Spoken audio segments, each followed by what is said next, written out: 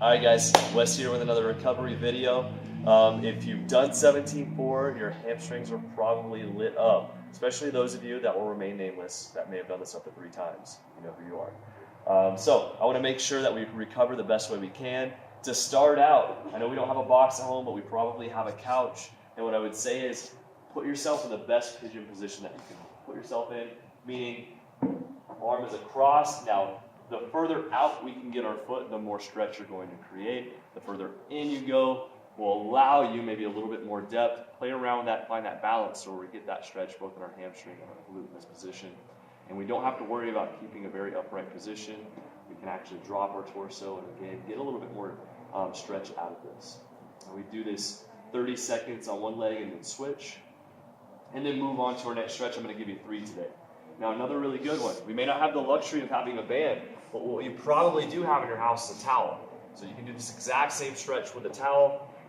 And what that's going to be is a reclined hamstring stretch where we extend our leg up, keeping our foot flexed and the leg straight.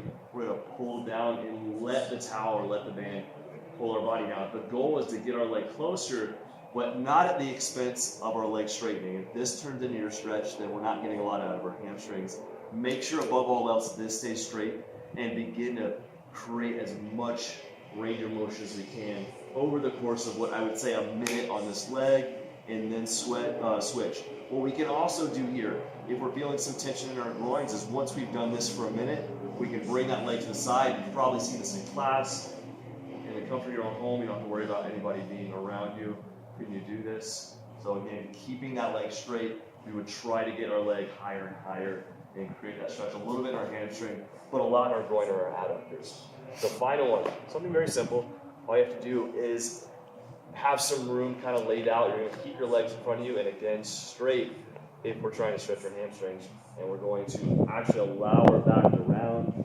And now it's not only a stretch for our hamstrings, but a little bit for our lower back. If that is too sore and fatigued from 17-4. And again, we're going to be here for 1 minute. And then we can move on if you started here with one of the other 3 stretches.